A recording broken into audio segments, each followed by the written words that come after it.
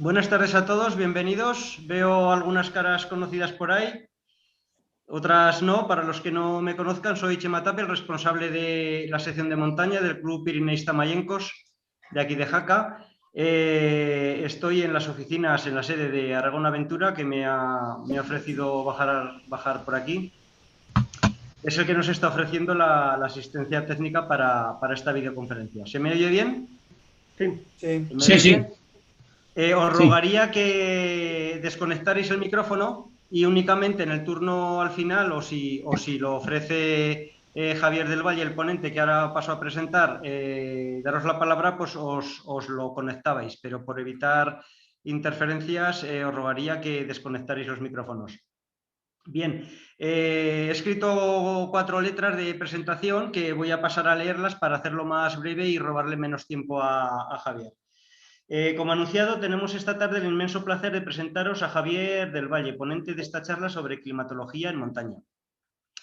Javier, algunos ya lo conoceréis, tiene un currículum intenso y extenso que nos llevaría una parte del tiempo a entrar en detalle, pero sí que quiero destacar que es doctor en climatología y profesor del Centro Universitario de la Defensa por la Universidad de Zaragoza. Además, y hablando ya en nuestro idioma, en nuestro terreno, forma parte del Consejo Asesor Científico de las Montañas de la Federación Española de Deportes de Montaña y Escalada, y con orgullo os puedo contar también que compartimos mesa de trabajo en el Comité de Naturaleza de la FAO, representando a la Federación en sendos patronatos de espacios naturales protegidos. Él lo hace en la Reserva de la Biosfera Ordesa-Viñamala y yo en uno más modesto, en el paisaje protegido de San Juan de la Peña y Monte Oroel, aquí cercano, y el recién incorporado Monumento Natural de los Mayos de Riglos, Agüero y Peñarrueda. Bien, yo no sé si él se acordará, pero asistí hace unos años a una charla que dio él, yo creo que era sobre esta, bueno, creo no seguro, que era sobre esta misma temática en su club de Zaragoza, el Montañeros de Aragón. Y me quedé tan pillado, tan admirado de las cosas que allí se decían y se oían, que me hice el firme propósito de traerlo algún día aquí a Jaca. De hecho, en el programa del año pasado lo pusimos, pero claro, ya sabéis, a mitad de marzo se cortaron todas nuestras expectativas.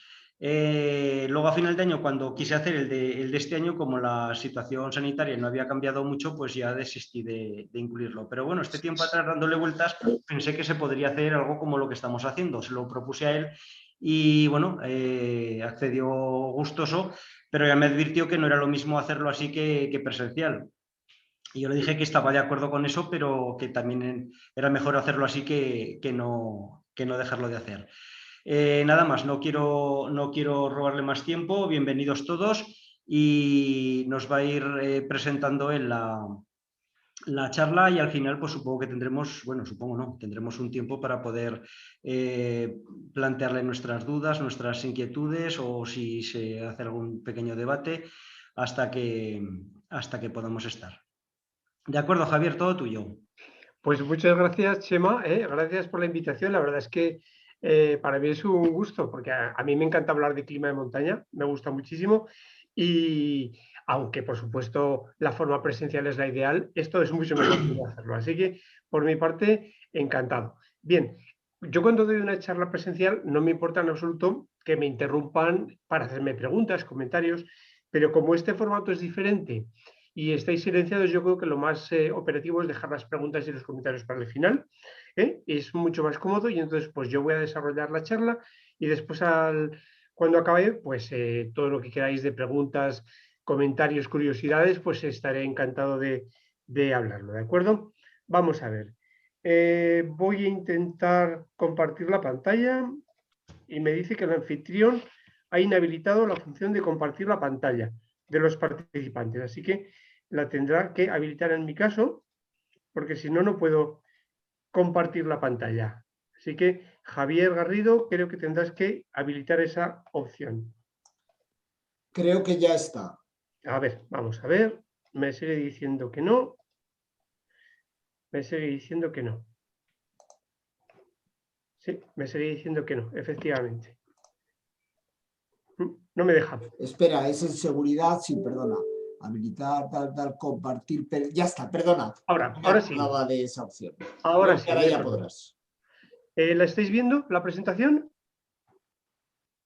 Ahora Sí, deberíais verla. sí, por mi parte. Muy bien. Bueno, pues entonces comentar que hablar de clima o hablar de clima de montaña, hay muchos temas de los que hablar, muchísimo, pero he elegido pues algunos aspectos que espero que resulten interesantes, ¿no?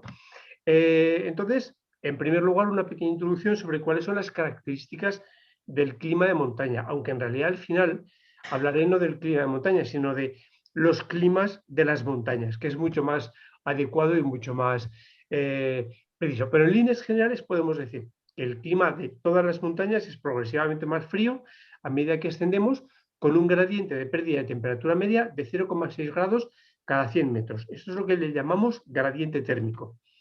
Otra característica es que es más lluvioso a medida que ascendemos, pero esto en cantidad variable, que es imposible establecer un gradiente, lo mismo que hemos hecho con las temperaturas. Por lo tanto, a más frío y más precipitación hay más nieve, que es un elemento acumulativo. No es como la precipitación, que no es acumulativo, sino que la nieve, como sabemos, es acumulativo. Otra característica es que hay importantes diferencias climáticas entre unas vertientes y otras, como ya veremos a continuación. Y también el clima de las montañas tiene frecuentes cambios debido a que la presencia de montañas cambia el comportamiento de las masas de aire, y por eso en ocasiones el tiempo en las montañas es difícil de prever, mucho más difícil que en las zonas de llanura fuera de las montañas. Y además es frecuente la presencia de elementos climáticos que consideramos adversos, ¿no? Como nevadas abundantes, ventiscas, tormentas, radiación solar intensa, etc. Esto es lo que podría ser un resumen genérico de las características del clima de montaña. Ahora vamos a ver cómo influye la atmósfera, o mejor dicho, la montaña en la atmósfera. En primer lugar, la presencia de montañas favorece la inestabilidad de las masas de aire. Luego explicaré qué es el concepto de inestabilidad. Además, las zonas montañosas son una barrera para el avance de las masas de aire, y esto tiene sus efectos que también explicaremos. Y el relieve produce fuertes diferencias climáticas entre laderas, distinguiendo sotavento y barlovento y solana y umbría, que son conceptos que también los desarrollaré a continuación. Vamos a comenzar describiendo el concepto de inestabilidad. Inestabilidad de una masa de aire supone su ascenso. Entonces, cuando una masa de aire asciende, pues lo que ocurre es que se enfría. Primero pierde presión y como consecuencia de esta pérdida de presión se produce un enfriamiento. Se denomina un enfriamiento adiabático, es decir, un enfriamiento endógeno, por la pérdida de presión de la masa de aire que está ascendiendo. Después, como consecuencia de ese enfriamiento, se puede producir la condensación si es que esa masa de aire llega al punto de saturación, es decir, al 100% de humedad relativa. Y como consecuencia de la condensación, si el proceso continúa, pues se puede producir la precipitación. Esto es lo que explica que identifiquemos inestabilidad atmosférica o inestabilidad de masas de aire con facilidad para las precipitaciones. Precipitaciones que pueden ser en forma de lluvia, en forma de nieve, en forma de granizo, etc. Pero precipitaciones al fin y al cabo. Hemos hablado también de que las montañas son una barrera. Entonces, una barrera para una masa de aire que se traslada, que se mueve. Cuando una masa de aire llega a una barrera montañosa y se ve obligada a superarla, se ve obligada a sortearla, ascendiendo, pues se produce el conocido efecto Foehn. El efecto Foehn supone que en la ladera a la cual llega esa masa de aire, que en este caso es la ladera de la izquierda, esa masa de aire asciende, y al ascender es un ascenso orográfico producido por las propias laderas de la montaña, y como consecuencia de ese ascenso se produce el fenómeno que hemos descrito en la transparencia anterior: ascenso, pérdida de presión, enfriamiento adiabático, condensación y facilidad de lluvias. Por tanto, esta ladera, la ladera de Barlovento, pues es una ladera en la cual se favorecen los fenómenos de generación de nubes y de precipitación. Es, por tanto, una ladera lluviosa. Cuando esa masa de aire ha sorteado la montaña y desciende, se convierte en todo lo contrario, se convierte en una masa de aire cálida y seca. Entonces, al ser cálida y seca, pues digamos que tenemos el efecto contrario. La masa de aire, al ser cálida y seca, pues entonces la temperatura es progresivamente más cálida. Un segundo que no me he dado cuenta de cerrar el teléfono, ya está. Entonces, esa masa de aire se convierte progresivamente más cálida y más seca. Y entonces tenemos lo que denominamos ladera de sotavento, en la cual las condiciones son las inversas, las contrarias a las que tenemos en la ladera de barlovento. Temperaturas cada vez más altas a medida que descendemos y un aire seco en el cual pues es parcialmente imposible que se produzcan precipitaciones. Por lo tanto, ya tenemos esas dos diferencias claras entre ladera de barlovento y sotavento. Aquí vemos ese mismo efecto, pero con una fotografía. Esto es una fotografía tomada desde un avión.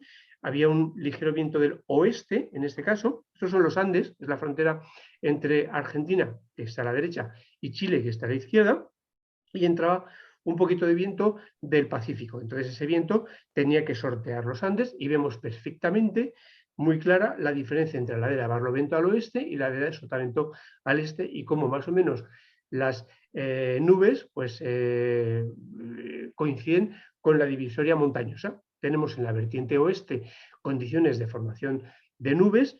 No llegó a haber precipitación, pero sí que vemos perfectamente como en la ladera de sotavento, pues el viento descendente por estas laderas de los Andes hacia el territorio argentino, pues es un viento seco en el cual pues no se produce condensación. Y aquí tenemos un ejemplo conocido en los Pirineos.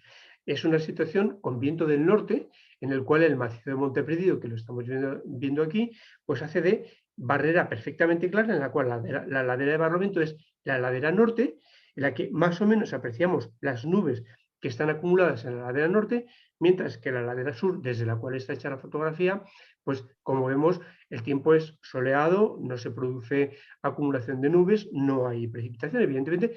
De esa masa de aire descendente que entra desde Francia, pues progresivamente se vuelve más cálida y más seca a medida que va descendiendo.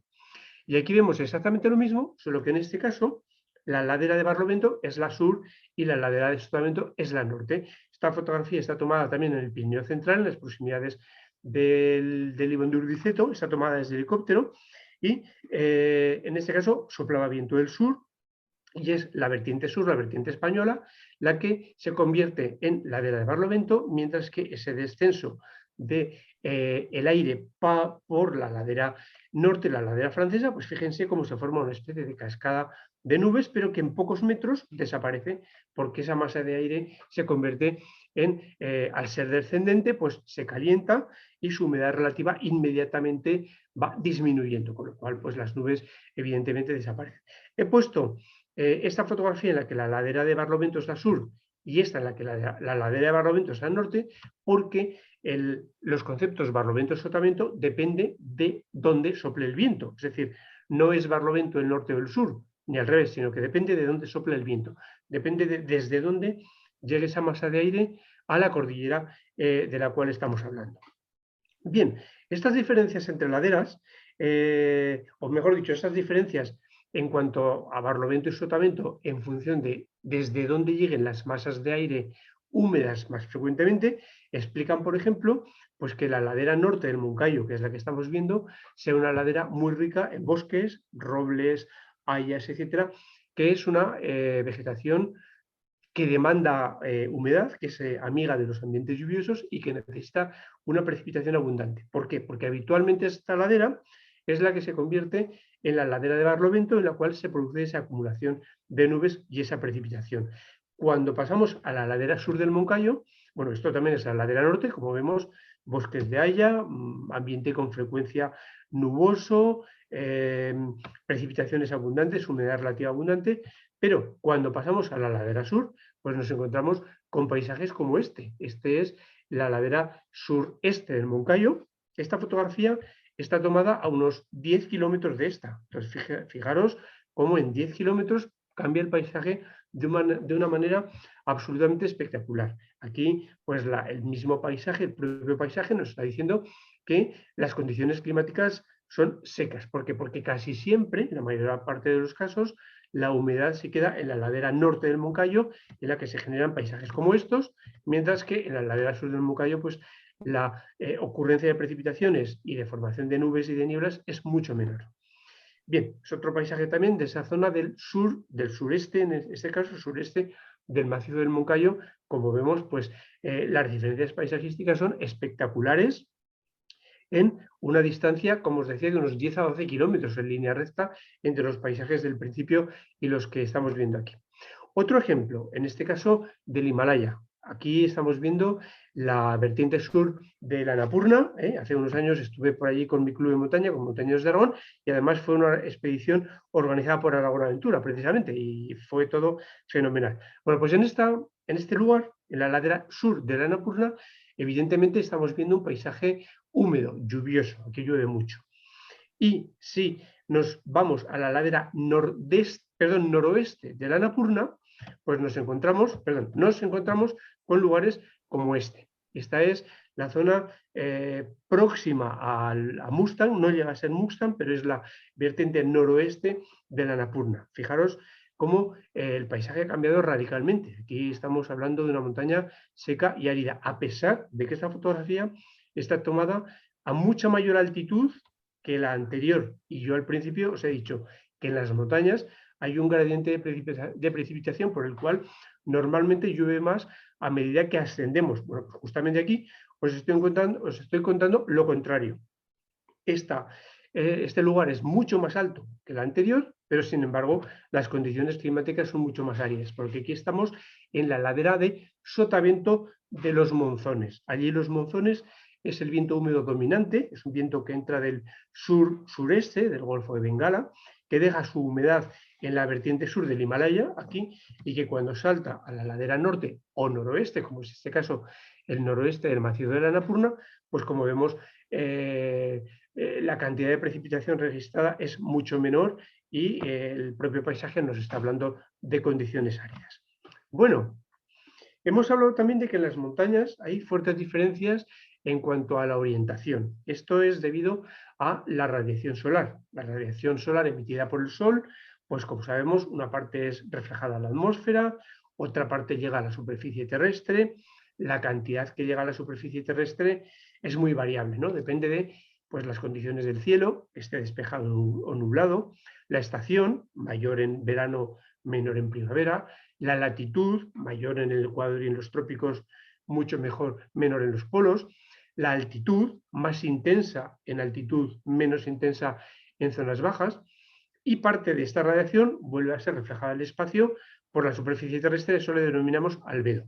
Pero el relieve genera grandes diferencias en cuanto debido a la orientación a la radiación solar, y eso es lo que nos permite diferenciar Solana y Umbría. Antes diferenciábamos Barlovento-Sotavento en función de la llegada de las masas de aire.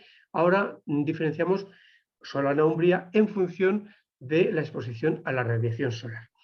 Las laderas de Solana reciben una radiación solar mayor, mientras que las laderas de Umbría reciben una radiación solar mucho menor. Y esto pues también tiene consecuencias como lo que estamos viendo aquí. Esto es una maqueta, una fotografía que tomé en las proximidades de Añisco hace unos años. Había caído una pequeña nevada y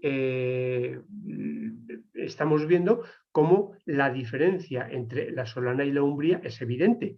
El sol está dando en la ladera de Solana, la nieve ha desaparecido, mientras que en la ladera de Umbría, donde la radiación solar es mucho menos directa, tiene mucha menor capacidad calorífica y por tanto tiene menor capacidad de calentar el suelo, pues nos permite ver que todavía se mantiene un poquito más la nieve. Entonces es a pequeña escala lo mismo que ocurre a gran escala en las cordilleras y en las montañas entre la orientación norte, Umbría, y la orientación sur, Solana, hablando siempre en el hemisferio norte, lógicamente, porque en el hemisferio sur es justo al revés.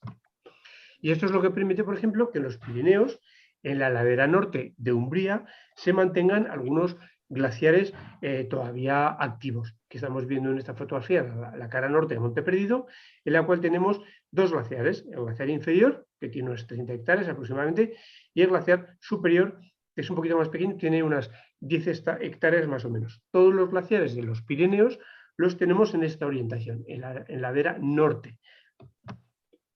Bien. Ahora voy a hablar, después de ver estas cuestiones sobre las diferencias en las montañas en cuanto a orientación, sotavento, barlovento, las características generales de los climas de montaña. Me voy a centrar un poco en qué factores tenemos que tener en cuenta a la hora de desarrollar una actividad en montaña, porque quizá esto pues, nos resulte especialmente interesante. Porque, bueno, si nosotros salimos a la montaña, ¿qué tenemos que tener en cuenta? En cualquier montaña del mundo, por decirlo así. Bueno, pues en primer lugar, tenemos que tener en cuenta la sensación térmica. Es un concepto que nos va a afectar mucho más que lo que es la temperatura en sí. La sensación térmica es la combinación de temperatura y velocidad del viento o de temperatura y humedad relativa. En función de esos criterios, pues podemos hablar de lo siguiente. Esta es la tabla de valores de sensación térmica por frío, combinando temperatura del aire, que lo tenemos aquí arriba, con velocidad del viento. Entonces, si por ejemplo tenemos una temperatura del aire en torno a 5 grados bajo cero, que en zona de montaña no es una temperatura extrema, y el viento es de 20 kilómetros por hora, la sensación térmica es de 11 grados bajo cero, es decir, que hay un enfriamiento muy notable.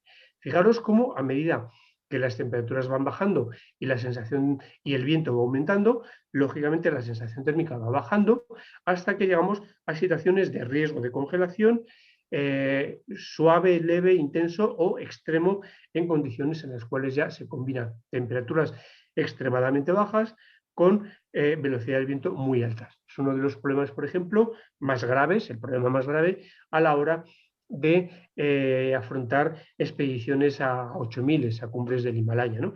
Yo he participado 2 veces en la predicción meteorológica para las expediciones de Alex Chicón y el factor fundamental era la combinación entre temperaturas registradas, temperaturas del aire y el viento, porque esa combinación nos puede llegar a dar, como vemos, temperaturas extremadamente bajas, sensación térmica, perdón, extremadamente baja y muy peligrosas. Y aquí estamos viendo la combinación entre la temperatura del aire y la humedad relativa, porque nos encontramos con que a medida que el aire va siendo más caliente, más cálido, si la humedad relativa es elevada, también la sensación térmica es superior. Por ejemplo, temperaturas de 30 grados, que no es una temperatura excesivamente alta, con humedad relativa del 85%, que es algo que, por ejemplo, en zonas costeras o tropicales y ecuatoriales es muy habitual, pues la sensación térmica se nos dispara a 39 grados. Con lo cual, podemos entrar en situaciones de riesgo de insolación, de golpes de calor o de calambres, sobre todo por pérdida de agua, por deshidratación, ¿no? Porque si está nublado, pues el riesgo de insolación no existe, pero sí que existe el riesgo de deshidratación por exceso de sudoración. Entonces, como vemos, la sensación térmica es realmente lo que nos interesa a la hora de planificar una actividad en montaña, en función del frío y el viento o en función del calor y la humedad relativa. Esto, por ejemplo, que podemos pensar que no nos afecta, sí que nos puede afectar si desarrollamos actividades en zonas tropicales o ecuatoriales, en las cuales no es el calor el factor limitante, sino que no es el frío el factor limitante, sino que es el calor en combinación con la humedad relativa. Otro factor que tenemos que tener muy en cuenta, y lo he nombrado anteriormente, pero voy a profundizar un poco más, es el viento. En las zonas de montaña, cumbres, collados, etcétera, se produce una aceleración del viento. Esta aceleración se produce por lo que se denomina efecto Venturi. El efecto Venturi no es más que una especie de aceleración por un cuello de botella. Fíjense que el viento es un flujo que se mueve y que cuando se encuentra con una barrera montañosa como la que estamos viendo, pues se estrecha el paso por el que tiene que circular y entonces eso supone una aceleración, sin más, es el denominado efecto Venturi. Y entonces pues eso facilita que se produzcan ventiscas y en ocasiones condiciones muy duras, muy extremas en las zonas de cumbre. Les voy a poner un vídeo que grabó un compañero hace un mes aproximadamente en la cumbre del Moncayo. Es un vídeo que dura 1 minuto escasamente. Yo estaba ese día allí, yo no grabé el vídeo porque me daba miedo literalmente de que el viento se me llevara volando el móvil y se me llevó volando varias cosas de la mochila, pero yo creo que es bastante representativo de lo que pasaba. A ver si funciona. Aquí está. A ver.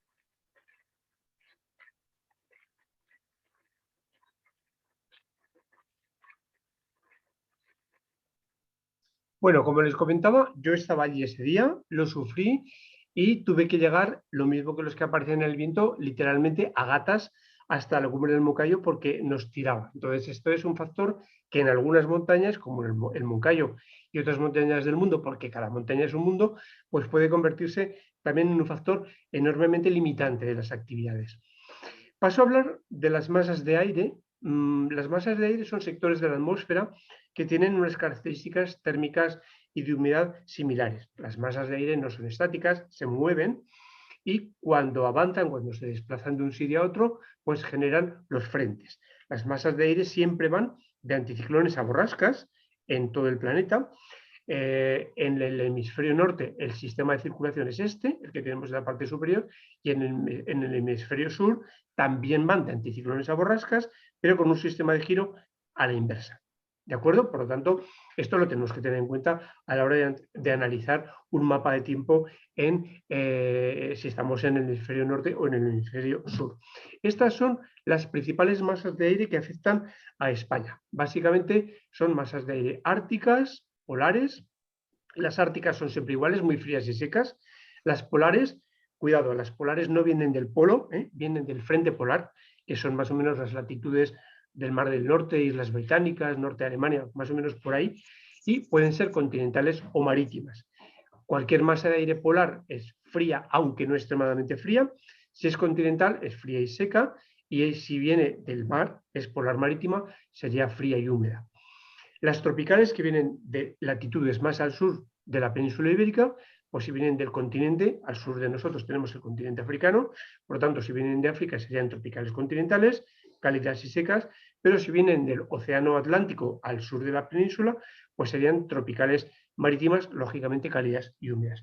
Y las ecuatoriales, que siempre son cálidas y húmedas, pero que a nosotros no nos afectan, porque a nosotros nunca llegan masas de aire ecuatoriales. Bien, entonces, en función de las masas de aire que nos afectan, pues lógicamente vamos a tener unas u otras condiciones generales. Otro factor muy interesante y muy importante en la montaña, las inversiones térmicas. Las inversiones térmicas son situaciones en las cuales el aire frío se acumula en las partes bajas, en las depresiones, en los valles, mientras que en las zonas altas de montaña pues tenemos condiciones más favorables. Aquí estamos viendo una fotografía de una situación de inversión térmica muy marcada que fotografié desde Peñalara. La fotografía está hecha en Peñalara, en el sistema central. La ciudad que vemos aquí en la mitad de la fotografía es Segovia, y hacia el norte, si se fijan, todo el Valle del Duero está cubierto por una densa niebla que es consecuencia precisamente de la inversión. Estaba nublado con niebla y con mucho frío en toda la depresión del Duero, mientras que en Peñalara, pues como ven, despejado, soleado y con unas buenas condiciones. Las inversiones térmicas se generan en situaciones de estabilidad.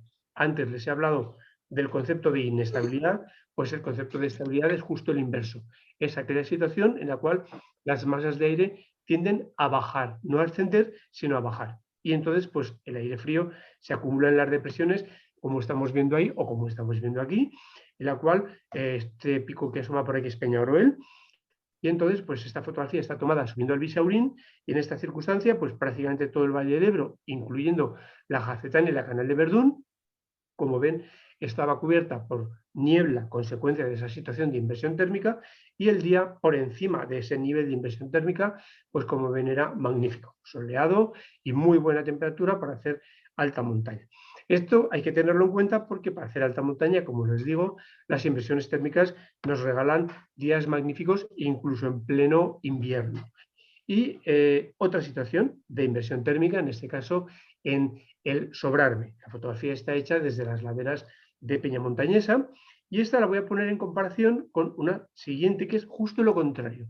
Recuerden, inversión térmica con situaciones de estabilidad atmosférica, por tanto, situaciones anticiclónicas, y situaciones de situaciones de inestabilidad nos generan todo lo contrario, nos generan formación de nubes, formación de precipitaciones. Y eso es lo que explica un refrán muy conocido, que seguramente lo habrán oído 1000 veces y que tiene una explicación científica absolutamente correcta. Niebla en el valle, montañero a la calle; niebla en la montaña, montañero a la cabaña. Entonces, Entonces, a ver, estoy escuchando por ahí una voz, no sé si es que alguien quería preguntar algo. No, ahora no. Bueno, pues como les comento, este refrán tiene una explicación científica absolutamente evidente. Cuando hay niebla en el valle, se puede salir a la montaña, porque es una situación de estabilidad, es una situación como la que veíamos anteriormente. Las nieblas se quedan en las partes bajas, las zonas de alta montaña están completamente despejadas. Cuando la niebla está en la montaña, eso indica que hay una situación de inestabilidad y que aparte de que la visibilidad va a ser limitada o nula, pues hay riesgo de que se produzcan precipitaciones, llueva, nieve, haya tormenta, etc. Continuamos. Otro fenómeno a tener en cuenta son las tormentas. Las montañas son muy favorables a la generación de tormentas. Las tormentas se generan cuando hay aire frío en altura y especialmente facilitado si además hay aire cálido abajo. Entonces, por eso en verano son más favorables, porque el aire cálido en verano en las capas bajas lo tenemos asegurado, y si tenemos algún embolsamiento de aire frío en los niveles altos de la atmósfera, en torno a 5.000 metros, pues entonces las tormentas se facilitan. Pero la propia existencia de las laderas montañosas nos facilitan esos ascensos del aire de abajo arriba, y ya he explicado al principio que ascensos de aire significa generación de nubes, condensación y en muchos casos pues precipitación. De hecho, esta fotografía es un día que había unas condiciones favorables para la generación de tormentas, era un día de agosto, creo recordar, en el entorno de Panticosa, y el día terminó con una buena tormenta. Aquí tenemos una típica nube tormentosa, en este caso está fotografiada desde un avión, y fíjense que tiene una forma inconfundible. Le llaman cumulonimbos, es el nombre científico. Son nubes de gran desarrollo vertical.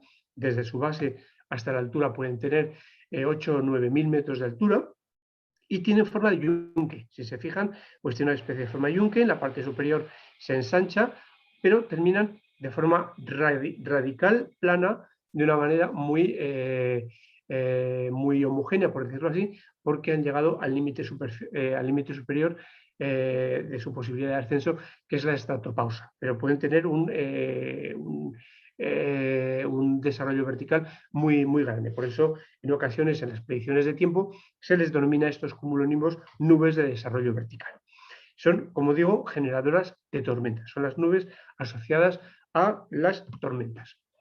Bien, vamos a hablar brevemente de los principales climas del mundo. No me voy a entretener, evidentemente, en dar una lección de climas del mundo, porque eso sería para una asignatura de climatología, pero sí que voy a dar algunas pinceladas centrándome en nuestro clima, el clima dominante en España, que es el clima mediterráneo. Esta es la distribución de climas en el mundo. Nosotros tenemos pues buena parte de España, salvo en el Cantábrico y en Galicia, tenemos clima mediterráneo, que se reproduce además en otras zonas del mundo, no solo en la costa mediterránea, también en California, en Chile, en alguna pequeña zona de Australia.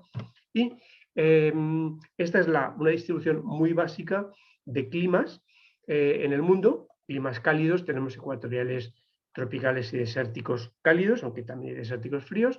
Climas templados, el Mediterráneo, el clima de tipo chino, el oceánico y el continental.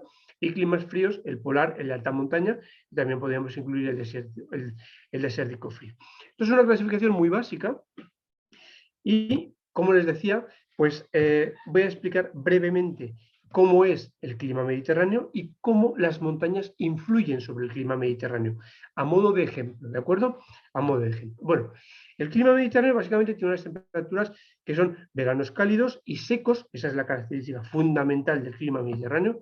En verano llueve poco, e inviernos frescos, una temperatura media anual media entre 16 y 18 grados, una amplitud térmica pues variable, es menor en la costa y mayor en el interior, por eso los climas mediterráneos de interior, como puede ser Zaragoza, puede ser Madrid, puede ser Valladolid, les llamamos climas mediterráneos continentalizados, y unas precipitaciones irregulares, mal repartidas, no escasas, pero sí irregulares, variables entre 400 y 800 litros anuales. Hay zonas con un poquito más, zonas con menos, y normalmente se suelen concentrar en otoño, a veces en primavera y en algunos lugares en invierno. Aquí hay, digamos, variedad, porque dentro del clima mediterráneo hay diferentes variedades. Bueno, esto me lo voy a saltar porque hay algunas características de la vegetación, el bosque mediterráneo y todo eso que yo creo que lo conocemos de sobra, como son los ríos, etcétera, pero sí que me voy a centrar en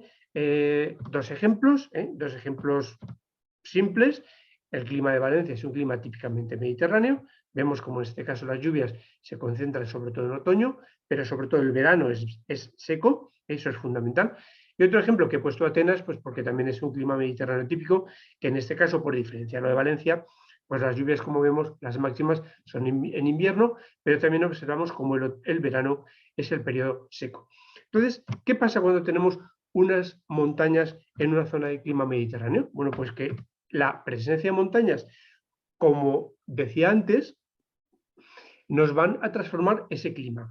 Y es que ahora voy a hablar brevemente de los climas de alta montaña, porque los climas de alta montaña no pueden definirse como un tipo. Es decir, no podemos hablar de el clima de alta montaña, porque el clima de cada montaña va a ser el clima del entorno geográfico en el cual esa montaña está, mediterráneo, continental, clima chino, tropical, tropical monzónico, ecuatorial, etcétera, modificado por la presencia de las montañas. Y entonces, por eso hay climas de montaña, en plural. No hay un clima de montaña, hay muchos climas de montaña en función de la modificación que las montañas realizan sobre el clima de su entorno. Y aquí estamos viendo un ejemplo próximo, que es el climograma de Madrid, en el cual pues vemos una determinada temperatura, una determinada distribución de las precipitaciones, el verano seco como corresponde con el clima mediterráneo, precipitaciones máximas en primavera y en invierno, y lo comparamos con el de Navacerrada, que en línea recta está a unos 50 kilómetros de Madrid, es muy cercano. ¿Cuál es la diferencia entre Madrid y Navacerrada? Pues que Navacerrada está en una zona de montaña enclavada en un clima mediterráneo. Por lo tanto, esta zona de montaña, que es el sistema central, nos está transformando el clima del entorno que es típicamente mediterráneo. ¿Qué es esa transformación? Pues vemos que la temperatura es más baja. La temperatura del mes de enero, por ejemplo, está por debajo de 0 grados, mientras que en Madrid está pues en torno a 5 o 6. Las temperaturas del verano son mucho más frescas, no llegan ni siquiera a 20 grados, mientras que en Madrid, pues no lo veo bien, pero superan los 20, llegan a 25 grados. Las precipitaciones también son notablemente más abundantes. Sí que se mantiene el verano como el periodo más seco del año. Seguimos estando en un entorno mediterráneo y esa característica se mantiene, pero si se fijan, la aridez en Madrid alcanza 1, 2, 3, 4 meses y en Navacerrada es escasamente un mes, un poquito de aridez aquí en agosto, mientras que el resto del año pues es bastante lluvioso. Es decir, que estamos viendo como en 50 kilómetros, en línea recta, entre Madrid y Navacerrada, las características del clima mediterráneo se nos han alterado por una cordillera montañosa como es el sistema central. Eso nos lo hacen todas las montañas del mundo, por eso hay muchos climas de montaña. Entonces, dependiendo de la zona donde se encuentren las montañas, pues nos alteran el clima local, sea el que sea, mediterráneo, tropical, continental, etc. Ya hemos visto cómo con la altura disminuyen las temperaturas, no hay más que ver la comparación entre los dos diagramas y suelen aumentar las precipitaciones, es evidente, y por supuesto cada cordillera y cada montaña tiene sus particularidades, y aquí ya sé que cada montaña es un mundo, por lo tanto, si queremos saber cómo es el clima de alguna montaña en algún lugar del mundo, hay que ir, digamos, a estudios específicos. Les voy a poner un par de ejemplos de características específicas de algunas montañas. Antes ya les he puesto una, el Moncayo. En el Moncayo, uno de los elementos más limitantes para cualquier actividad montañera y para cualquier actividad que podamos realizar allí es el viento. El viento que en invierno, como hemos visto al principio, puede ir acompañado de precipitación y por lo tanto se puede convertir en ventisca. O en verano puede ir acompañado de tormenta, porque como hemos visto todas las montañas son favorables para la generación de tormentas. Pero como cada montaña es un mundo, pues les voy a poner dos ejemplos. Aquí estamos viendo una fotografía del Ararat. El monte Ararat, estuve allí hace unos años también en un viaje de mi club de Montañas de Aragón, organizado por Aragón Aventura, por cierto. Fue un viaje precioso, lo pasé fenomenal. El Ararat es una montaña que me encantó. Y el Ararat, que está en una zona bastante árida, del este de Turquía, cerca de la frontera con Armenia y con Irán, en verano, que es cuando fuimos nosotros, tiene una característica, y es que casi siempre se nubla casi siempre se generan nubes de desarrollo vertical favorecidas por las laderas y se suele nublar, comienza a cubrirse a partir de las 10 de la mañana. Entonces, si uno quiere llegar a la cumbre del Ararat en condiciones de sol, en condiciones de visibilidad adecuada, pues ¿qué es lo que tiene que hacer? Tenemos que madrugar mucho. Y eso es lo que hicimos para poder llegar a la cumbre del Ararat en condiciones de tiempo despejado. Como ven, sol, temperaturas bajas, pero no extremadamente bajas. Era verano y se podía aguantar temperaturas bajas, pero dentro de lo admisible. Pero poco a poco se fue cubriendo, tal y como estaba previsto, y en la bajada, una vez después de hacer cumbre, pues ya el pico apareció cubierto, como en esta fotografía que es de unos días antes de hacer cumbre, y bueno, pues esa característica obliga a adaptar las actividades a esa característica de la montaña. Otro ejemplo, el Annapurna. Este viaje también lo hice con mi club de montaña, como les comentaba antes, también lo organizó Aragón Aventura, y el Annapurna, que está en el Himalaya, pues en este caso es una cordillera que está afectada por los monzones. Los monzones son unos vientos lluviosos, húmedos, que traen grandes cantidades de humedad desde el sur, desde el Océano Índico, sobre todo desde el Golfo de Bengala, y que afectan el monzón de verano, afecta en verano, que es el periodo lluvioso. El resultado es que en esa zona del mundo de clima tropical monzónico, el periodo más lluvioso del año es el verano. Es justo lo contrario de lo que ocurre en el clima mediterráneo, en el que el periodo más seco del año es el verano. Nosotros estamos acostumbrados a identificar verano con sol, buen tiempo, facilidad para hacer excursiones y actividades al aire libre, pero he de aclarar que en la mayor parte de los climas del mundo, cuando más llueve es en verano, entre ellos en el clima monzónico del Himalaya. Para hacer una actividad adecuada, si queremos tener preciosas vistas como esas y precioso tiempo como el que tuvimos nosotros en esa oportunidad, hay que evitar ir en verano. No podemos ir en verano porque va a llover, va a estar cubierto constantemente, las condiciones van a ser infernales. Si no queremos tener mucho frío, tampoco tenemos que ir en invierno. Resultado, pues los meses más favorables para hacer este tipo de actividades suelen ser los meses de otoño, normalmente de octubre, noviembre, cuando termina el monzón, que suele ser finales de septiembre, principios de octubre, pues a partir de ahí hay un par de meses en los cuales todavía no hace mucho frío y el monzón de verano ya no afecta. Por lo tanto, esas características climáticas de esas montañas en concreto, como es el Himalaya, pues si queremos tener éxito, pues nos tendremos que adaptar a esas características que son propias del Himalaya, completamente diferentes al Ararat, completamente diferentes al Kilimanjaro o completamente diferentes al Moncayo o a nuestros Pirineos.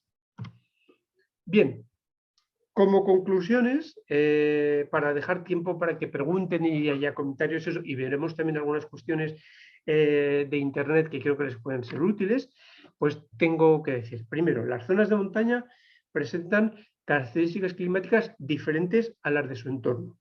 Las zonas de montaña siempre favorecen los procesos de inestabilización de las masas de aire y por tanto las precipitaciones. En las montañas llueve más que en el entorno.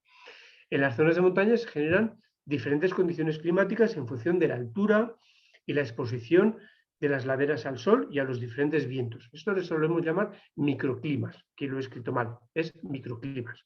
Y esto aporta gran variedad paisajística y vegetal. Por eso las montañas son tan variadas. En pocos kilómetros pasamos de solana a umbría, de barlovento a sotavento, de zonas bajas a zonas altas, y el paisaje, el mosaico de paisajes y el mosaico de vegetación y de ambientes naturales es enorme. Las zonas de montaña son favorables a la generación de fenómenos adversos como temperaturas extremas, intensa radiación solar, fuertes vientos, precipitaciones ventiscas, tormentas, y conocer el funcionamiento de todos estos fenómenos es muy importante para tener una adecuada experiencia montañera. Y luego no hay un clima de montaña, sino tantos climas como montañas hay en el mundo, porque cada una tiene sus particularidades.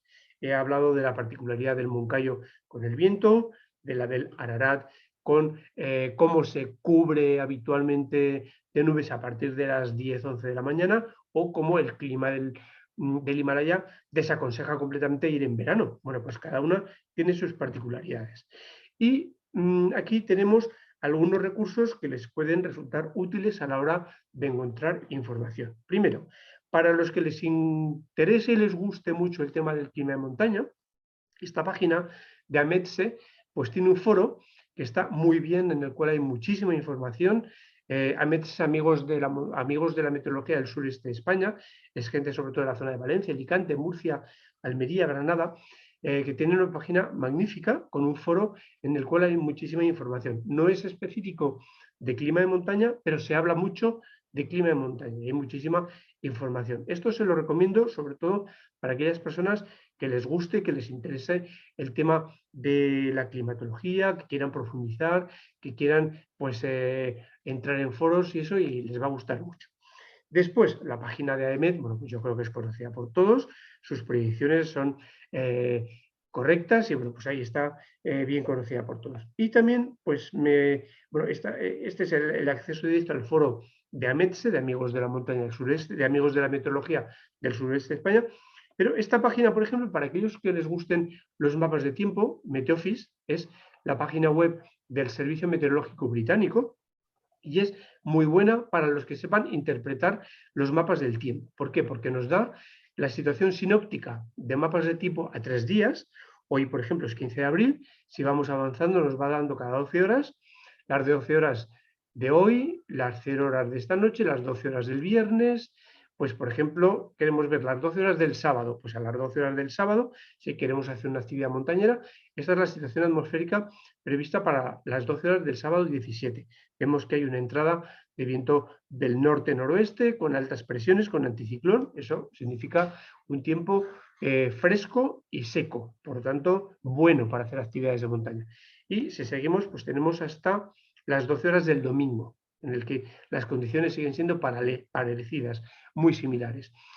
Para las personas que sepan interpretar y les gusten estos mapas meteorológicos, los del Servicio Británico son magníficos, y los dan con 3 días de tiempo y son los mejores que he encontrado en Internet.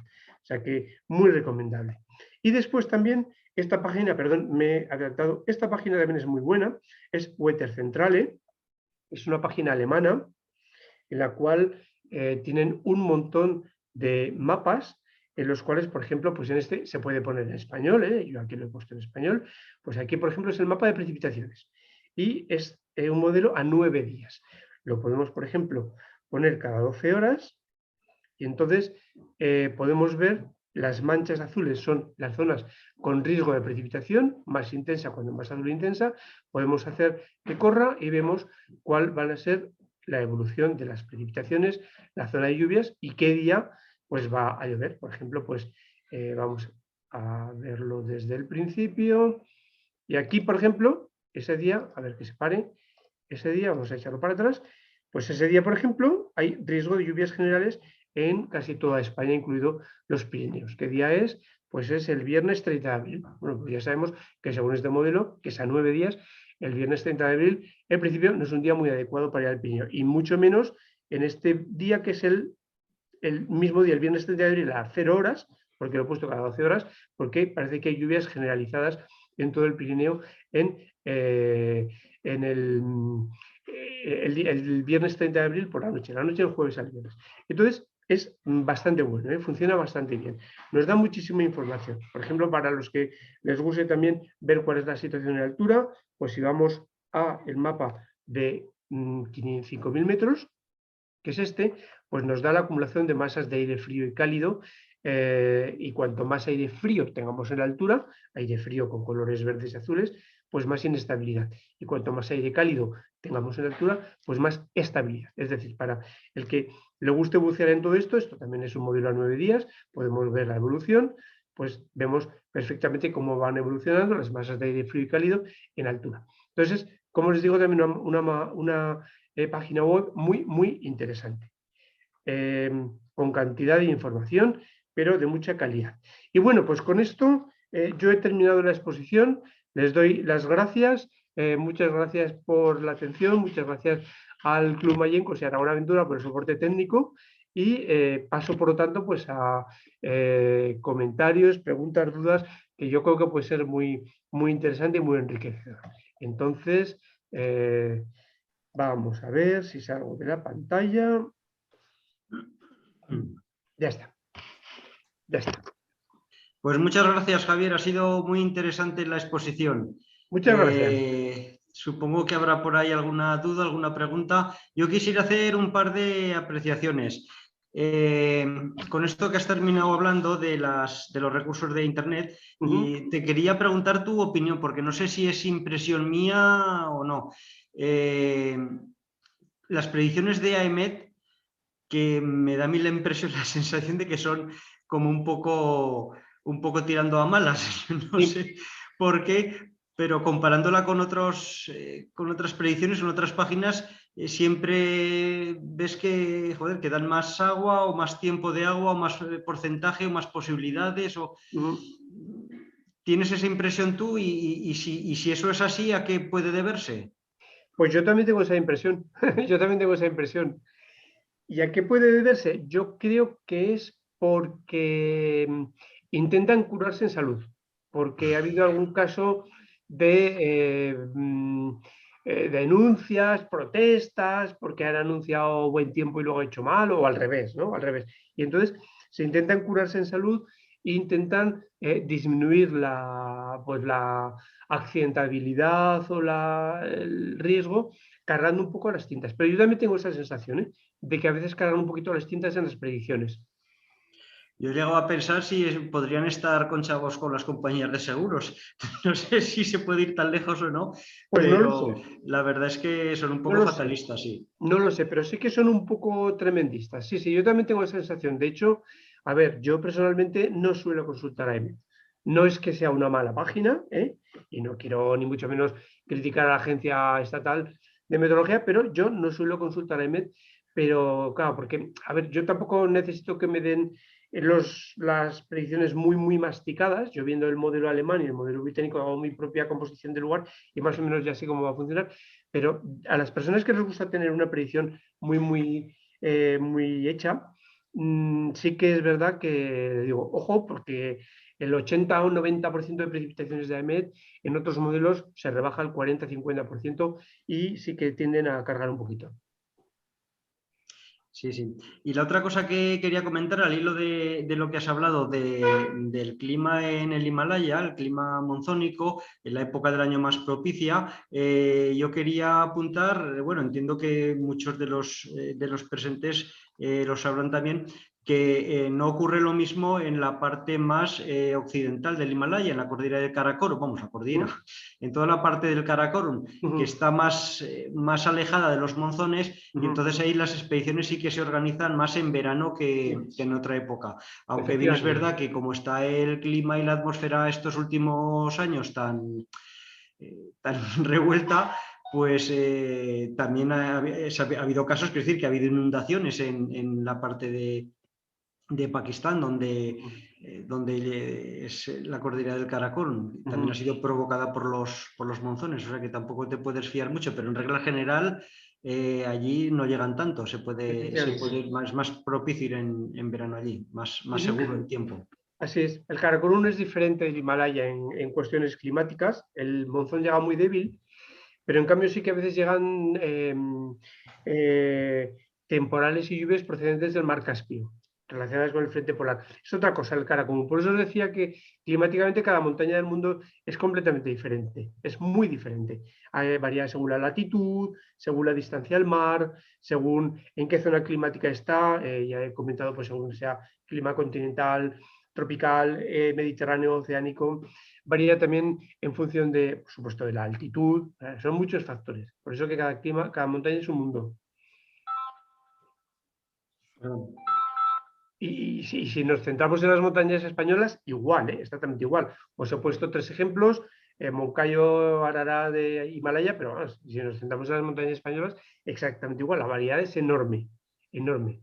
Si a alguien le interesa, tengo un artículo escrito sobre clima de las montañas españolas, que si a alguien le interesa, está publicado y se lo mando sin ningún problema. Bueno, ¿alguna cosilla más cosas? Yo creo que estos temas dan mucho de sí, así que tenemos tiempo, ¿no? Yo no tengo prisa para poder comentar todo lo que quieran.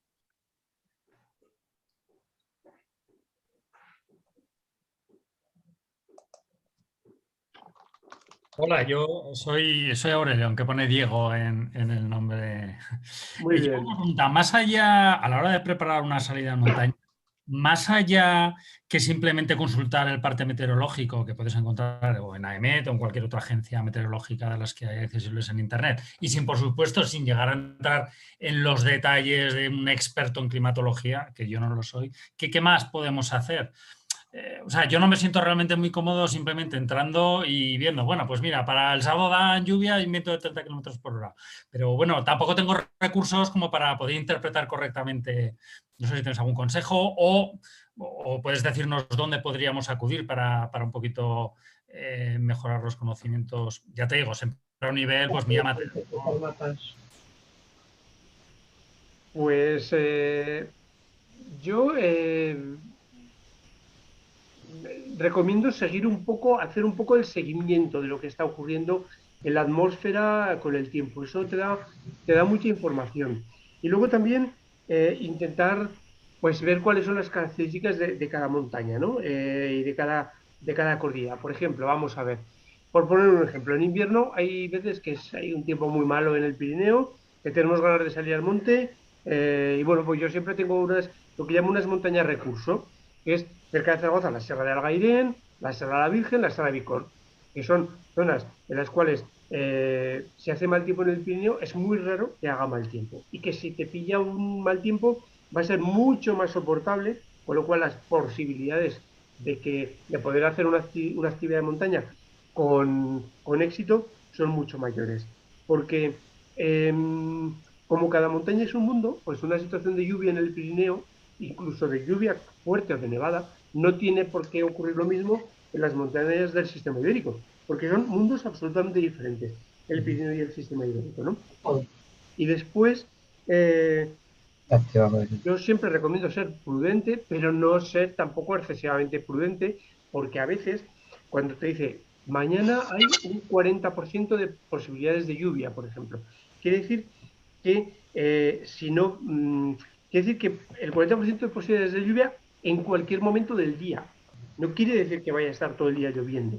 Entonces, a lo mejor si la actividad de montaña dura 5 o 6 horas, pues te puede tocar la lluvia en ese periodo o no, a lo mejor llueve antes o después. Es decir, que hay que jugar con muchos factores. Realmente es que no hay una solución mágica para esto, es un poco probar, intuición, experiencia. eh, no es fácil, la verdad, no es fácil. Tampoco te puedo decir exactamente, bueno, pues mira, esto es infalible, no, no existe. Ya no, con el porcentaje, con lo que has comentado, el porcentaje de lluvia, esa es la típica duda que siempre nos asalta, por lo menos Sí, a mí. Y es que lees eso, un 40% de porcentaje de posibilidad de lluvia y tampoco tienes muy claro lo que significa. Si es que va a sí, llover el 40% del tiempo, si es que hay una no, posibilidad del no. 40% de que vaya a haber precipitaciones. Exacto, exacto. ¿Qué significa? Que hay un 40% de posibilidades. A ver, las predicciones meteorológicas son siempre probabilísticas, son probabilidades. Entonces, si va a pasar un frente muy activo, la probabilidad de que llueve es del 100%. Pero si no pasa un frente muy activo o está la situación así de una cierta inestabilidad y está pachín pachán, pues entonces se hace una probabilidad, ¿no? 40% de posibilidades de lluvia quiere decir que hay un 40% de posibilidades de que en algún momento del día llueva. ¿Me explico? Pues Sí, se puede sí. llover a las 2 de la mañana. El día empieza a las 0 horas y termina a las 24 horas. Con lo cual, si te llueve de 2 de la mañana a 4 de la mañana, te ha llovido, se han cumplido esas predicciones, que pueden ser del 40, del 60 o del 100%, pero eso no significa que te vaya a llover justo cuando tú vas a hacer la actividad. Entonces, es un porcentaje de que llueva en cualquier momento del día. ¿Me explico? Sí, sí, muy claro, gracias.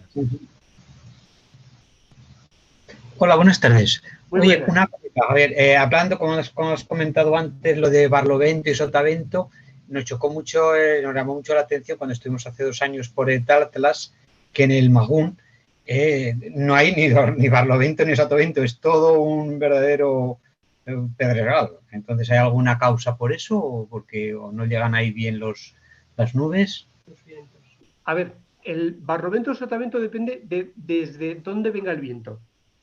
¿De acuerdo? Entonces, en el Atlas, cuando entra el viento del sur del Sáhara, barlovento es el sur y sotavento es el norte. Y cuando entra el viento del Mediterráneo del norte, pues Barlovento es el norte y Sotavento es el sur. O sea, Barlovento, Sotavento depende siempre de dónde viene el viento, ¿de acuerdo? Entonces, en el Atlas, cuando entra el viento del norte, es un viento relativamente húmedo, porque si entra del norte, ha atravesado la península ibérica, pero cuando llega al Atlas, ¿cuántos kilómetros de mar ha atravesado? Muy pocos, lo que es solamente el mar de Alborán, que son 100 kilómetros a lo sumo, con lo cual no se ha podido cargar mucho de humedad. Entonces, el viento del norte es un viento un poquito húmedo, pero no mucho. ¿Me explico? Pero cuando sopla el viento del sur, ¿de dónde viene? Del desierto, con lo cual no es nada húmedo, es absolutamente seco. De forma que en el Atlas es difícil que llegue un viento húmedo de algún lugar, porque siempre es o seco o muy seco. ¿Cuándo llueve en el Atlas? Pues llueve en el Atlas cuando se coloca una borrasca encima y cuando hay viento del oeste, del Atlántico. Pero eso ocurre en contadas ocasiones. Sí que es cierto que llueve en el Atlas, evidentemente, pero llueve poco, porque casi todas las masas de aire que llegan son secas. Y en el Atlas hay diferencias, porque el Atlas más occidental, más pegado al Atlántico, es más lluvioso, mientras que el Atlas más oriental es menos lluvioso, porque llega menos la humedad, ¿no? Entonces, pues eso, cada montaña es un mundo y el Atlas en general es muy seco, porque salvo raras excepciones, cualquier masa de aire que llega al Atlas es seca. Vale, gracias. De nada. De hecho, en el Atlas hay muy poca vegetación. Yo no he subido al Tubcal, sí que he hecho algo de senderismo en el Atlas, pero si os fijáis hay muy poca vegetación. Sí que hay algún bosque, en alguna ladera norte, aprovechando umbrías, hay alguna zona de pinsapos, de pino silvestre, siempre aprovechando las mejores umbrías. ¿Por qué? Porque en las umbrías la evapotranspiración es menor, entonces la poca precipitación, cae algo de lluvia, lógicamente, pero en las umbrías, como la radiación solar es baja, la evapotranspiración real, es muy baja, con lo cual la humedad se mantiene más. En las umbrías, llueva o no llueva, llueva más o llueva menos, en las umbrías, al ser la radiación solar inferior, la evaporación del suelo y por tanto la pérdida de agua es mucho menor. Por tanto, son más favorables al desarrollo de la vegetación, sobre todo de vegetación que necesita una cierta humedad en el suelo. Y por eso, por los pocos bosques que hay en el Atlas, están refugiados en las laderas norte, muy orientados al norte. Las laderas sur son verdaderos secarrales. Sí, sí. Javier, como estaban preguntando de diferentes sitios, yo también tengo curiosidad. Si no lo sabes, no pasa nada, porque es normal que no te puedes saber todas las peculiaridades de todos los sitios del mundo, ¿no? Pero en Japón, y más en la isla de Hokkaido Norte, donde está Sapporo y todo eso, que por latitud está muy parecido a España, sin embargo, nieva bestialmente. Este año han caído 18 metros de nieve en algunas de las estaciones. Sí. Yo había oído que era que si los vientos de Siberia se humedecían en el mar de Japón y tal, pero por si sabías algo, por terminar de entenderlo. Sí, conozco la zona, bueno, no estaba en la isla de Hokkaido, pero estaba en Kamchatka, que está ligeramente al norte. Sí. Y en Kamchatka nieva muchísimo, por el mismo efecto.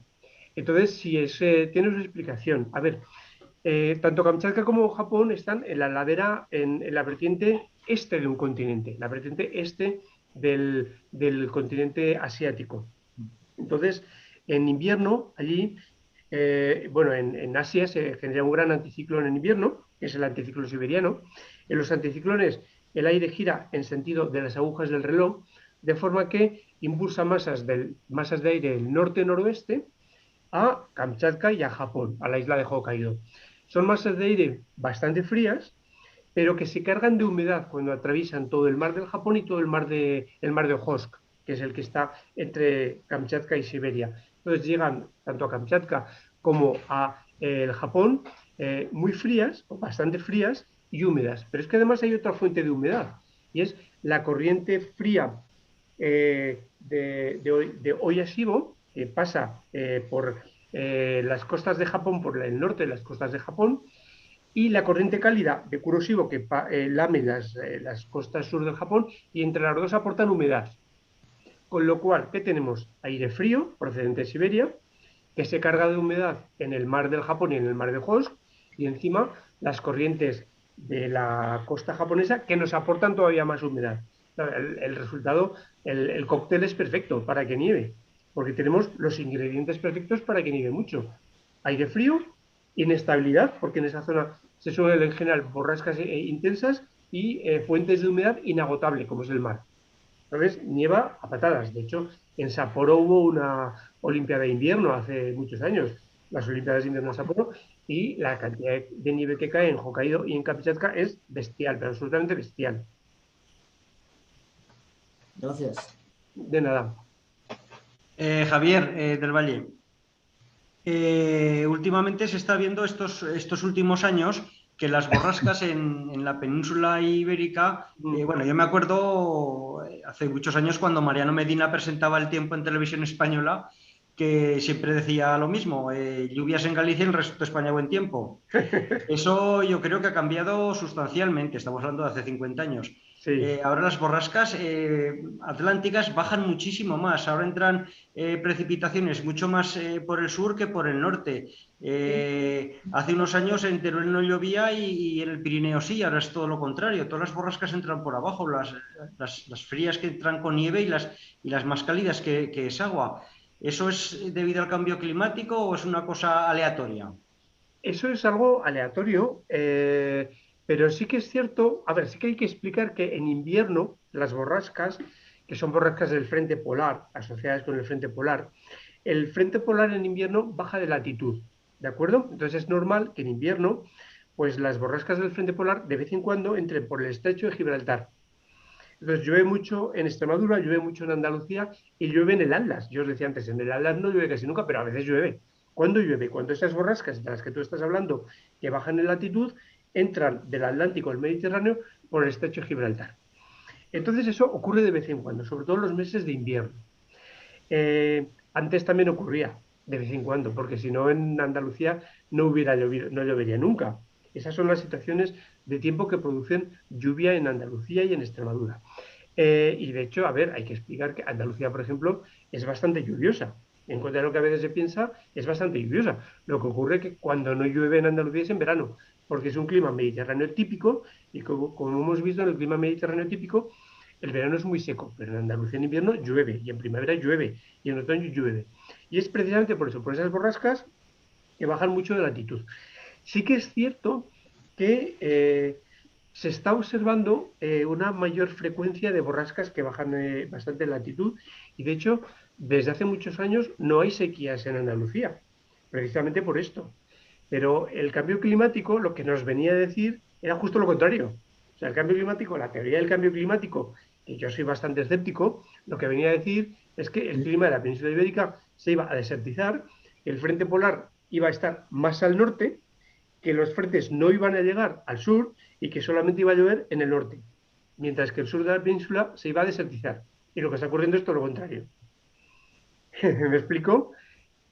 Pues lo que ocurre es que el clima es muy variable, el clima es muy cambiante, el clima es algo dinámico y sí que es cierto que a veces pues se tiende a simplificar un poquito, y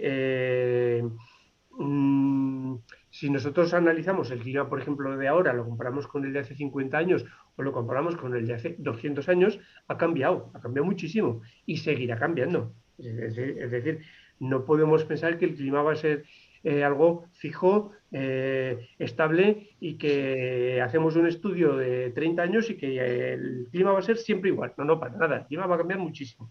También es cierto que en la época de Mariano Medina, que yo también me acuerdo de Mariano Medina y de Manuel Toaria y de todos estos grandes meteorólogos españoles que eran muy buenos, las predicciones, digamos que la meteorología en España estaba empezando, era incipiente. Las técnicas que tenían eran mucho más rudimentarias, se basaban sobre todo en observaciones en los barcos que había en el Atlántico, el barco K, el barco H, el barco F, eran barcos de observación meteorológica que medían las evoluciones de la presión y con eso se elaboraba un mapa de presiones muy rudimentario, con unos sistemas muy básicos, y entonces pues se tendía a generalizar, ¿no? Y esa generalización, pues muchas veces era eso, pues lluvias en Galicia, lluvias en el Cantábrico y buen tiempo en lo demás. Con el tiempo, pues ya esos instrumentos se han perfeccionado, hay muchos más instrumentos de seguimiento, hay satélites, hay de todo. Sabemos lo que está pasando en la alta atmósfera, hemos visto, de hecho, esos mapas en Internet, en Weather Centrale, nos dan una cartografía perfecta de lo que está pasando en la alta atmósfera, con lo cual se puede afinar muchísimo más, ¿no? Se puede ir mucho más al detalle de esas generalizaciones. Sí que es cierto que cuando no se sabe muy bien lo que va a pasar, pues a veces se tira un poco de estadística, ¿no? Entonces hay una situación de duda, pues lluvias en el Cantábrico y en Galicia y en lo demás, nubes y claros y chubascos dispersos. Pero claro, fijaros, nubes y claros y chubascos dispersos es no decir nada. Acierto Porque, seguro. sí, es acierto seguro, porque seguro que tienes o nube o claro o chubasco. Entonces, eso es no decir nada. Pero poco a poco pues también se va afinando, ¿no? Se va mejorando en todo esto. Hombre, bien es verdad que es mucho más fácil acertar cuando hay estabilidad atmosférica que cuando hay inestabilidad atmosférica, Por porque las supuesto, borrascas se pueden adelantar, se pueden retrasar, en fin, por y eso es lo supuesto. y eso es lo que puede dar lugar a que digan mañana va a llover o dentro de 3 días va a llover y mañana te digan no, no, dentro de 2 días, que es el mismo día, pues ya no va a llover. Ujú. Esta semana ha ocurrido. El lunes Sí, pasado, 3 días antes daban aguas para este lunes pasado sí, sí, sí, y el cierto, domingo ya no daban aguas y fue cierto. un día espectacular este lunes, Ujú. por ejemplo, ¿no? Es De un ejemplo hecho, cercano. de hecho, el modelo alemán que os he enseñado, Wetter Centrale, cada día lo cambia. Es decir, nosotros podemos ver el modelo para dentro de 4 días, pero si lo vemos mañana o pasado, adentro de, para la misma fecha, ha cambiado. Porque todo esto es dinámico, es enormemente dinámico, ¿no? Y, es así, o sea, las borrascas te cambian de circulación, te cambian de intensidad, una borrasca se puede profundizar o al revés, se puede rellenar y pierde actividad, un frente también puede pasar a ser más activo o menos activo en función de la masa de aire que se encuentre delante, entonces todo esto varía. Y luego también, pues España es un país enormemente variado desde el punto de vista de la orografía, es muy variado desde el punto de vista orográfico, y eso hace que cuando entra un frente, cuando entra una borrasca, cuando hay una determinada situación atmosférica, las consecuencias en una o en otra zona de nuestro país son enormemente variadas, muy variadas. Situación del oeste, por ejemplo, pues supone lluvias generales, pero un tiempo magnífico en la Comunidad Valenciana o en la vertiente mediterránea. O, por ejemplo, cuando hay norte, en Málaga hace calor. Entonces, toda España tiritando, pero en Málaga hace calor con norte. Más calor que con otros vientos. Entonces, es un país enormemente variado y cada situación sinóptica pues tiene unas repercusiones muy distintas. Sí, incluso en una zona montañosa como puede ser los Pirineos, de la parte francesa, la española, nada que ver. Sí, es muy diferente. Es muy diferente. Y curiosamente, la gente se cree que llueve más en la vertiente francesa que en la española, pero no es así. No llueve más en la vertiente francesa que en la española. La cantidad de lluvia es pareja, es parecida. Lo que ocurre es que en la vertiente francesa, al ser la vertiente norte, la evaporación es menor, porque es vertiente de umbría, domina la umbría. Y entonces, al ser menor la evaporación, se mantiene más la humedad en el suelo y entonces da esa sensación de paisaje más verde, con más hayas, con más árboles frondosas que son árboles necesitados de mucha humedad. Pero si medimos la cantidad de precipitación caída, es muy similar entre la vertiente norte y la vertiente sur. Volviendo a lo que hablaba antes del porcentaje de probabilidad de precipitación, en las páginas que se pueden consultar, que te dan ya la predicción por franjas horarias, es Uh mucho -huh. más preciso. O sea, te pueden Sí, decir que a las 9 de la mañana hay 0 posibilidades y a las 12 de la mañana pues hay un 60. sí, Claro, cuanto más preciso te lo muestren, más probabilidades de equivocarse hay, sí. pero es más, quiero decir, te puedes hacer más una idea de lo que dices tú. El día tiene 24 horas, pero Uh al -huh. monte vas 4 horas, 6, 8, no vas las 24, entonces puedes afinar mucho más. Y dentro de Sí. eso, ¿qué porcentaje crees tú que podríamos tener como límite? A los que nos gusta salir a la montaña, haga lo que haga, y a lo mejor no tendría que decirlo, pero no sé, un 60, un 80%. Quiero Yo, decir, tampoco es lo mismo irte a 1000 metros que a 3000. exacto, exacto. Varían las condiciones y varía el riesgo Exacto. también. Exacto, depende de la circunstancia. Por ejemplo, yo hasta 60% de probabilidades soy partidario de salir. Pero claro, también de salir depende de qué lugar. Si vas a alta montaña, pues a lo mejor si te pilla la lluvia, pues te puede poner, puede ser nieve, puede ser con ventisca, pero si vas a hacer media montaña, una ruta senderista que se pone a llover y llevas una anorak, pues a lo mejor sales del paso y tan feliz, ¿no? De hecho, por ejemplo, el domingo pasado yo tenía previsto salir a la montaña, tenía previsto subir al Bisaurín, vimos que la situación era muy mala, lo cambiamos para ir a la Sierra del Gairén, que es, como comentaba, para mí una zona de refugio, y el sábado la probabilidad de lluvia en la Sierra del Gairén era del 80%, no del 90%, entonces también lo dejamos. Al final, pues con un 90% prácticamente seguro que te va a llover, y de hecho estuvo toda la mañana lloviendo en Zaragoza. Entonces, yo creo que hasta el 60% más o menos es asumible. También cada uno depende de lo que se quiera arriesgar, ¿no? Yo creo que hasta el 60% es asumible. En actividades no peligrosas. Y yo lo que digo siempre es que el agua solo moja. Sí, sí, En sí, actividades exacto. de riesgo medio o bajo, pues te Claro, mojas, pues te mojas. Quiero decir, exacto. Para eso están los anoraks. O sea que hay cada uno lo que se quiera arriesgar, ¿no? Yo sí que soy partidario de. Yo soy más bien tirado para adelante, pero ya cada uno es más o menos sí, sí. prudente o más o menos. Sí, yo digo que a la montaña hay que salir aunque haga buen tiempo. Sí, sí, sí. A mí una vez en Asturias me dijeron, bueno, si aquí tuviéramos que esperar a que haga bueno para salir al monte, no saldríamos nunca. Muy bien, compañeros. ¿Alguien se anima a preguntar algo? Y bueno, yo tenía una pregunta ahí sobre los glaciares. Ujú, Y ya que controláis del tema, yo tengo mucha curiosidad porque, claro, se habla muchas veces de cambio climático. Y yo, pues, bueno, creo que uno de los testigos así más exactos que pueda haber pueden ser los glaciares, ¿no? ujú, Porque no sé los datos exactos, pero sé que los glaciares se formaron a partir de cosas de hace miles de años. Seguro que tú me puedes corregir o me puedes precisar más los datos. Y claro, se observan fotografías de que esos hielos formados hace miles de años se están perdiendo en pocas décadas de años. Y quería saber, pues eso, si en realidad eso es un claro testigo pues, de un cambio climático acelerado y bueno, que me puedas sacar un poco de la ujú. duda y Sí, también sí. saber si esos glaciares de alguna manera son recuperables Ujú, o sería muy difícil y habría que esperar otros miles de años para volver a formar pues, ujú. esos casquetes de hielo, esas masas de hielo tan contundentes o tan densas como son los Sí, glaciares. sí. Pues muy bien, ¿no? Es un tema muy interesante. De hecho, yo estoy en un proyecto de investigación de glaciares, o sea que es un tema que lo conozco bien.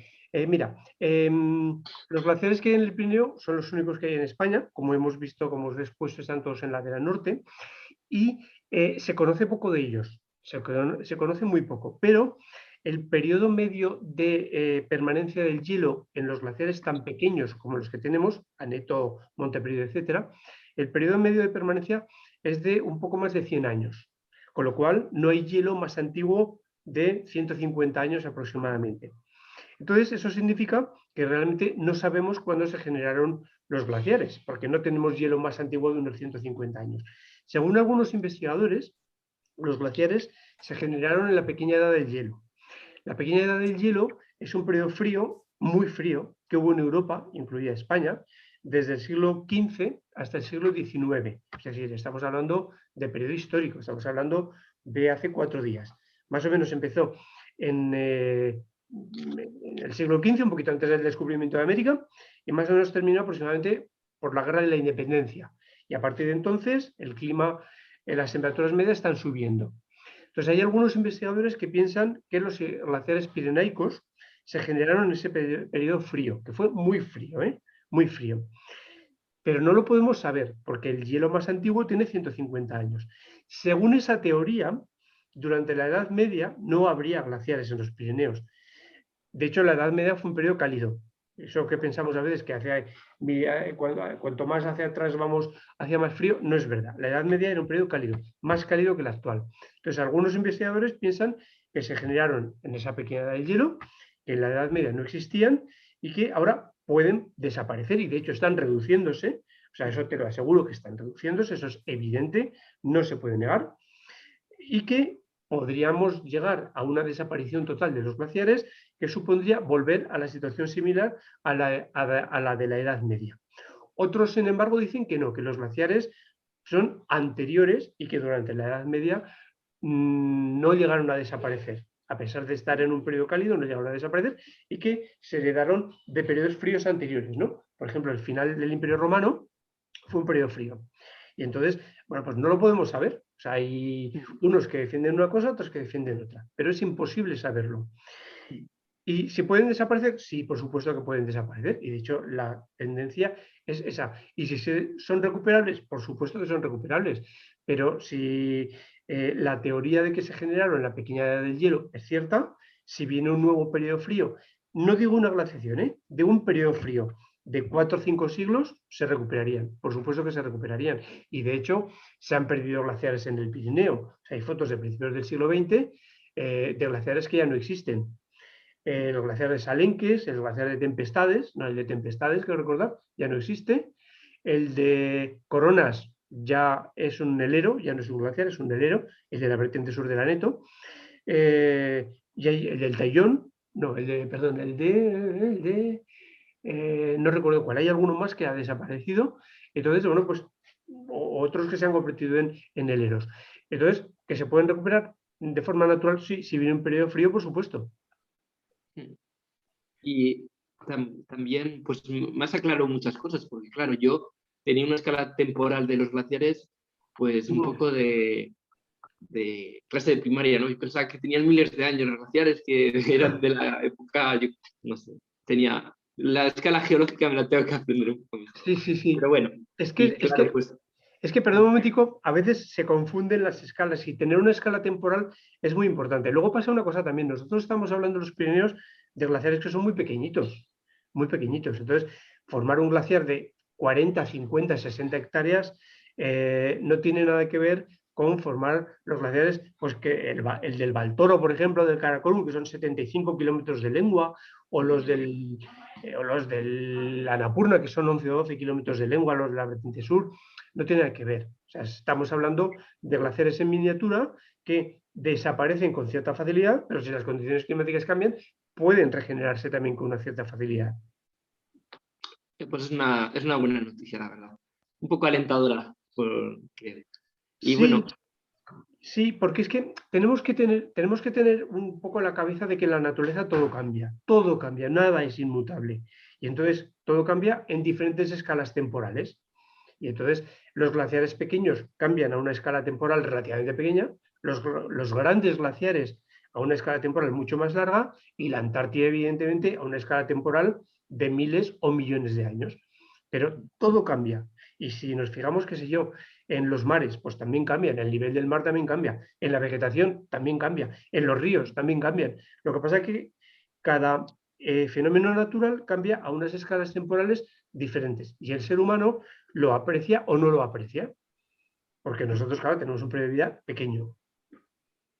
Y bueno, un poco relacionando el clima del Pirineo con esta época fría de la pequeña edad de hielo, quería preguntarte, porque yo vengo de la zona de Castilla y León y me he movido más por ambientes de la zona cantábrica, ¿no? Sí.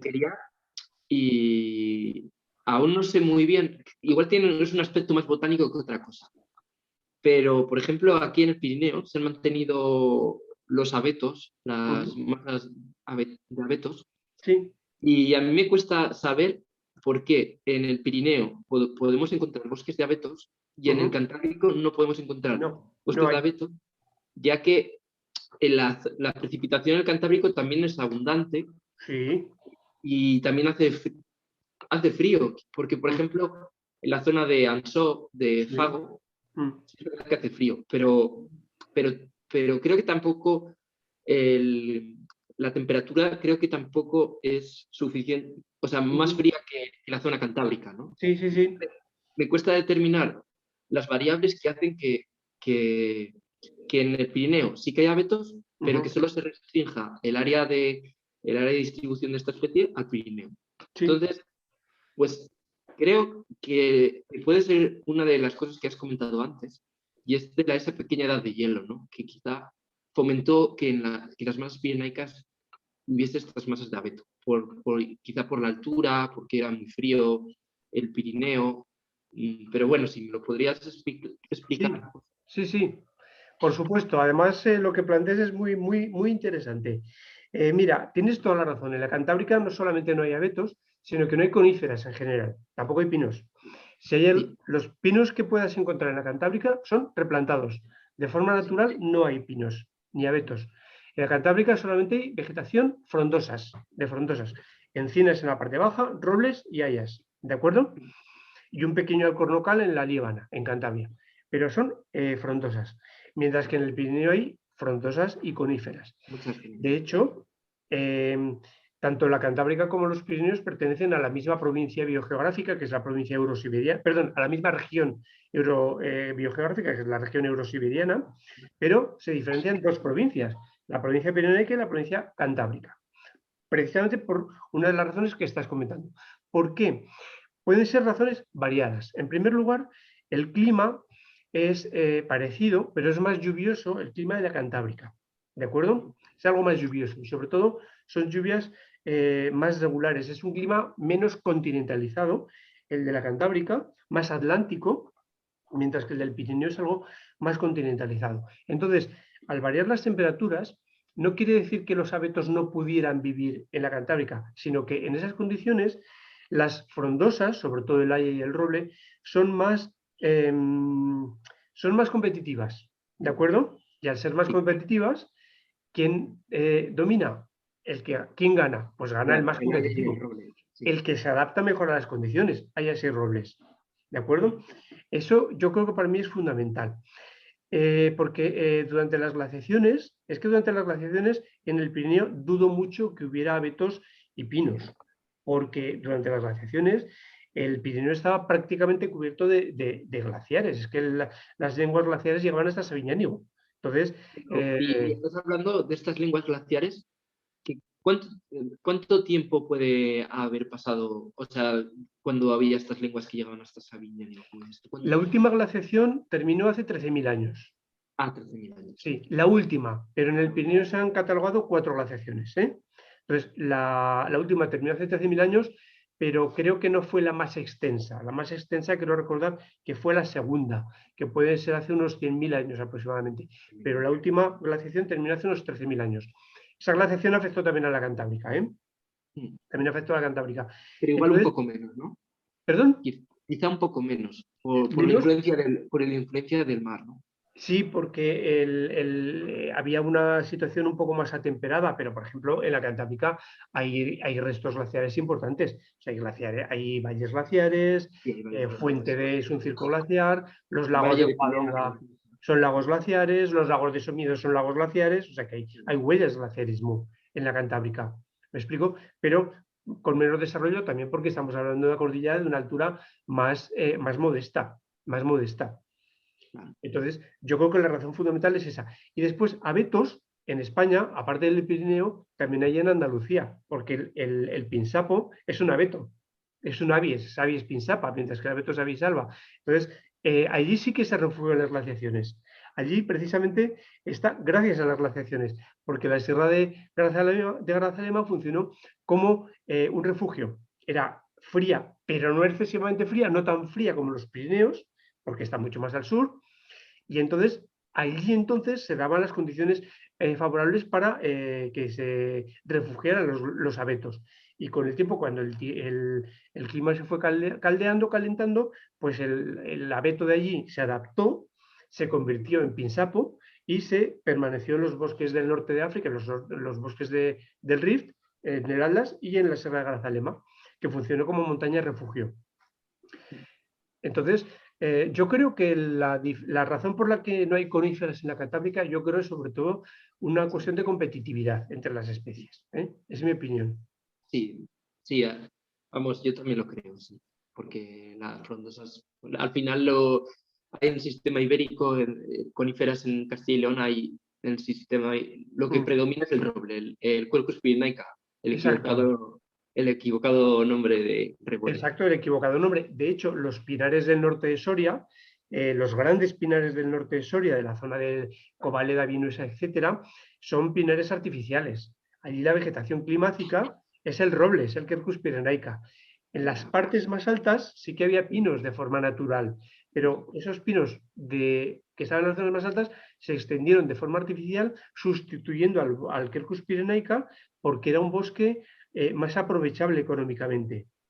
Y en Balsaín, en la zona de Segovia, se hizo exactamente lo mismo. Es un bosque, esos magníficos pinares de Soria de Segovia, que están extendidos más allá de su zona natural de forma artificial, sustituyendo a la vegetación climática, que son fundamentalmente robles. Sí. Vale, pues y es eso, que en el Pirineo lo que dices, que el clima favorece mucho a las coníferas, ¿no? Quizá por esos extremos, ¿no? De temperatura, de precipitación. Sí, la conífera se adapta bien a fuertes diferencias de temperatura. Aguanta bien una cierta sequía, sobre todo sequía-insolación, aguanta bien una fuerte insolación insolación solar. Aguanta mejor las fuertes contrastes de temperatura entre verano e invierno, y hay más diferencias de temperatura en verano e invierno en el Pirineo que en la Cantábrica. Es más extremado, porque es un clima más continentalizado. Vale, pues aclarado. Muchas gracias. De nada.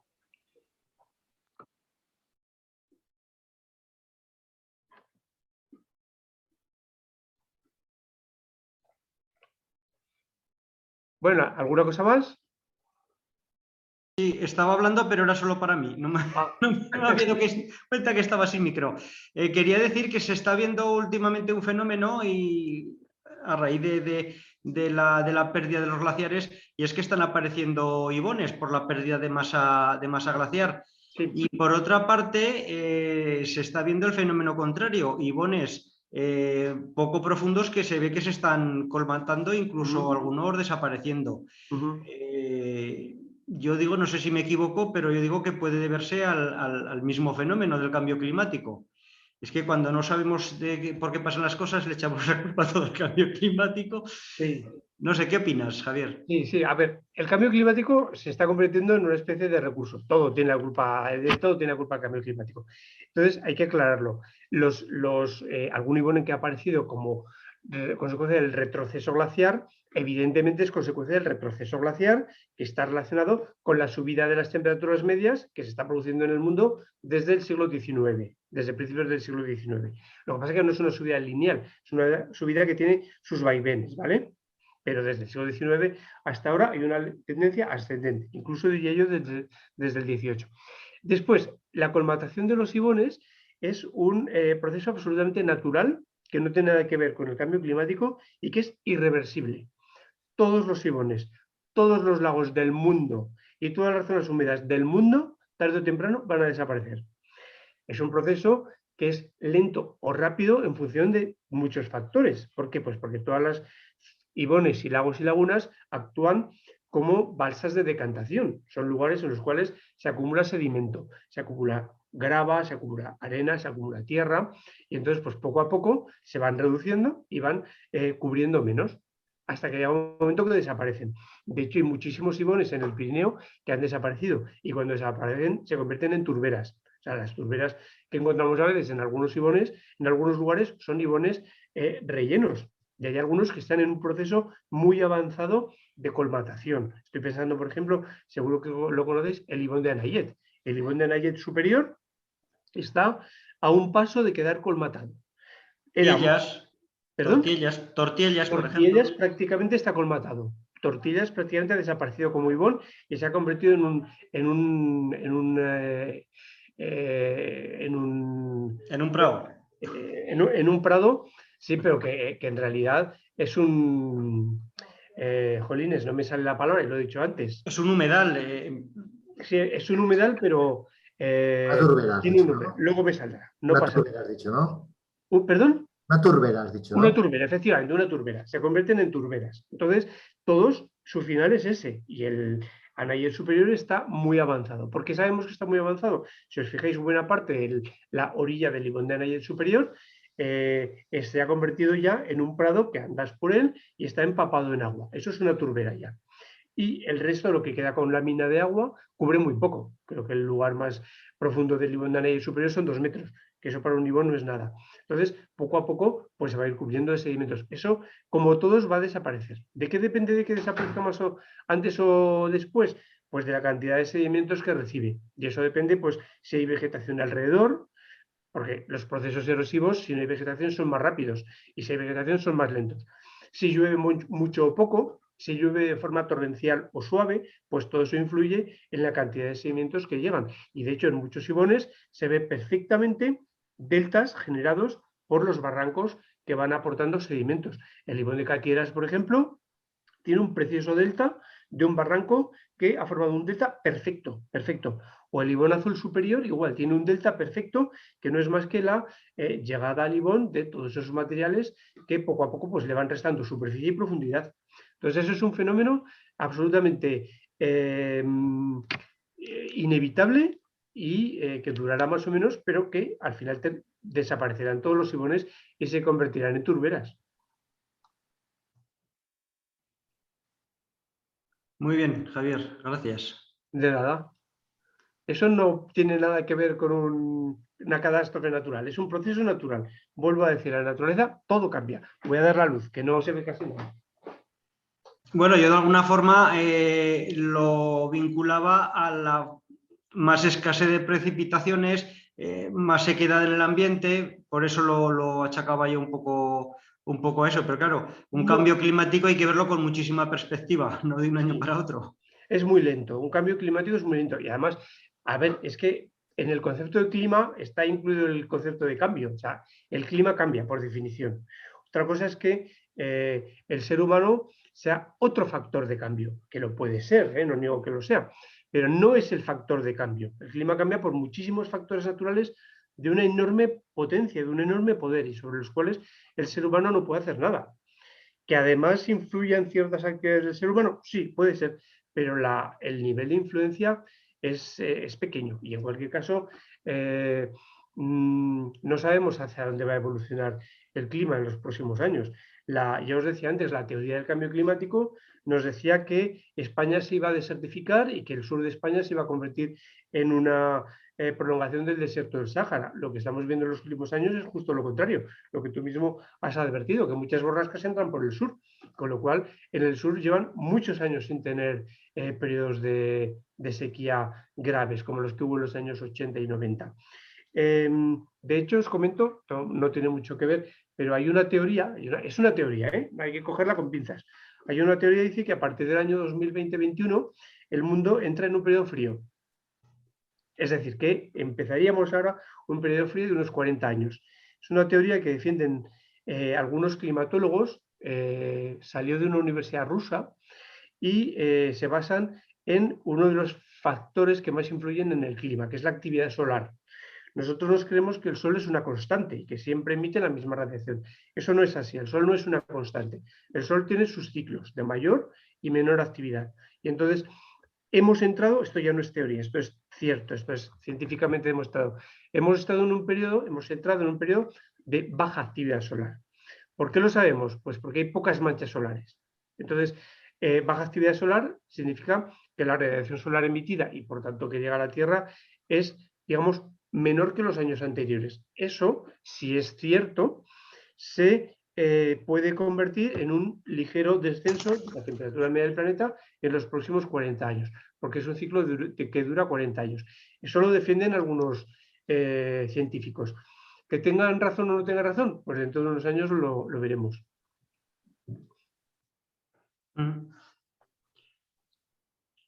Muy bien, compañeros. Yo creo que estamos ya un poco en tiempo de descuento. ¿Se nos ocurre alguna otra cosa de última hora?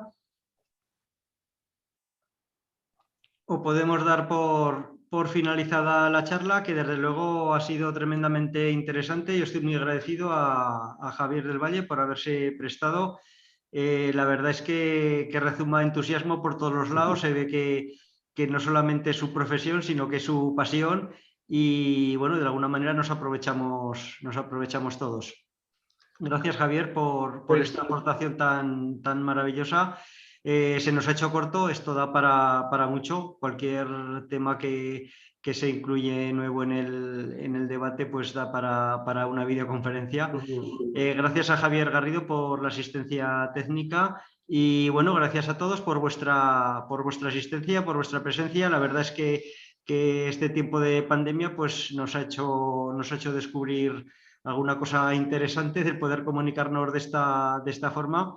Y bueno, yo creo que podemos pensar en otras aportaciones para futuras videoconferencias. Pues por mi parte, muchísimas gracias, de verdad, ha sido una gozada. Ya os decía al principio que a mí me encanta hablar de estas cosas y si queréis que en otro momento hagamos otra videoconferencia, algún tema que pueda aportar algo, por mí encantado. O sea, que podéis contar con ello. Ya lo he anotado. Muy bien.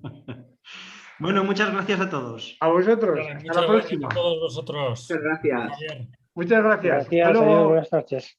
Adiós, hasta luego. Adiós, adiós. Gracias, hasta luego.